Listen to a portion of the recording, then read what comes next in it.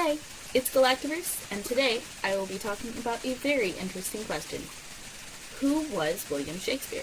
Wait, Shakespeare was a who? Many people have heard of Shakespeare, though usually in reference to one of his plays.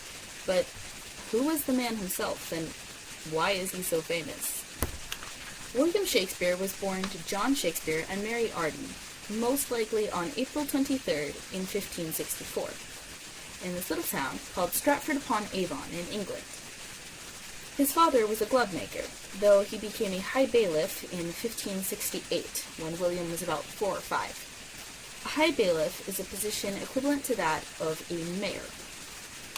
Though William was the third born, he was the eldest, as 2 of his sisters, Margaret and Joan, had died in infancy. William did have some younger siblings, though. He had 3 brothers and 2 sisters, Gilbert, Richard, Edmund, Anne, and Joan II, although I doubt they actually called her that. That makes a family of 8, if you are wondering, 10 if you include the deceased. However, even though William died fairly young, his younger sister Joan II was the only one to outlive him. When William turned 18, he married a 26-year-old woman named Anne Hathaway. If this name sounds familiar to you, it is because Anne Hathaway is also the name of an American actress and singer. This Anne Hathaway is still alive and acting to this day.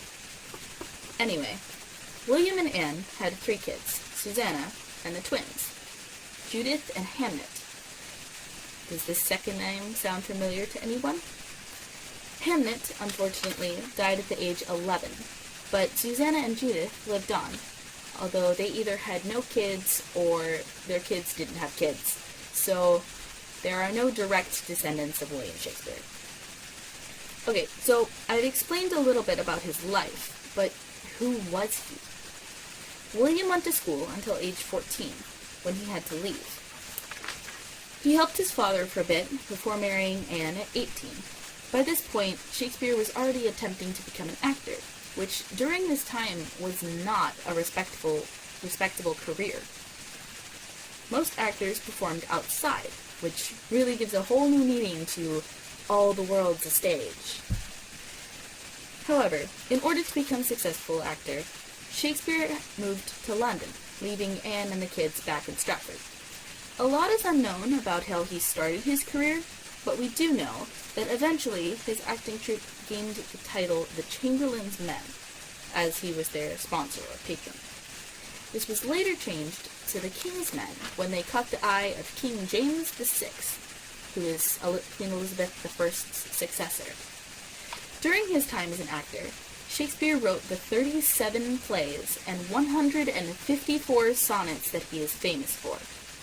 Sonnets are kind of like poems, long poems. One of his plays is said to have been commissioned by Her Majesty Queen Elizabeth I herself. These plays were grouped into 3 categories: comedy, tragedy, and history.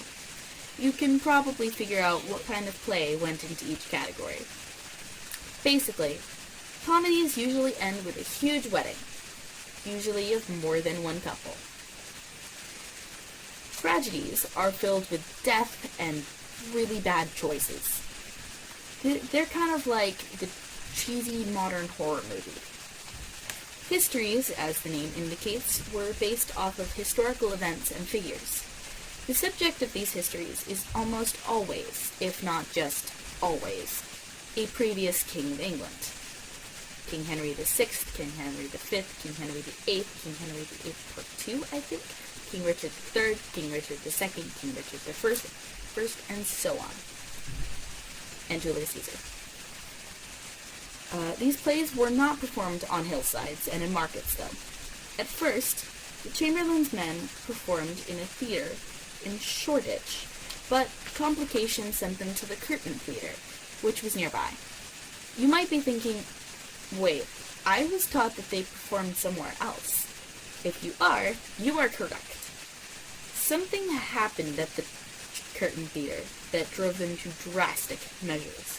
On the 29th of December, while their owners were asleep at home, a few of the actors, the Burbage brothers, if you are interested, and their financial backer, and a carpenter, and roughly 11 workmen dismantled the Curtain Theater. They took it apart, and they used the boards to build the famous Globe Theater. Though the original theater has burned down twice, you can still go see a play performed at the reconstructed Globe. I've actually been there. It is so cool, and it looks pretty authentic, too. After many successful years of acting, Shakespeare retired to Stratford. He wrote a few more plays, and the last 3 that are attributed to him were collaborations, likely with John Fletcher, who succeeded him as the playwright for The King's Men. On the 23rd of April in 1616, when he was 52, Shakespeare died, reportedly from a fever that he contracted from drinking too much alcohol. You will notice that he died on the eve of his birthday, assuming that that's the correct date. He was buried in the Holy Trinity Church, with a plaque on his tomb. On said plaque was a warning or curse against moving his bones. Cursed be, good friend, for Ives' sake forbear, to dig the gist enclosed here. Blessed be ye who spares these stones, and cursed be he who moves my bones, or something like that. You can look it up online. It's actually really cool. It's also in early modern English, so it's got a bunch of random letters for no reason. So, yeah. His tomb is supposedly unmovable. They did a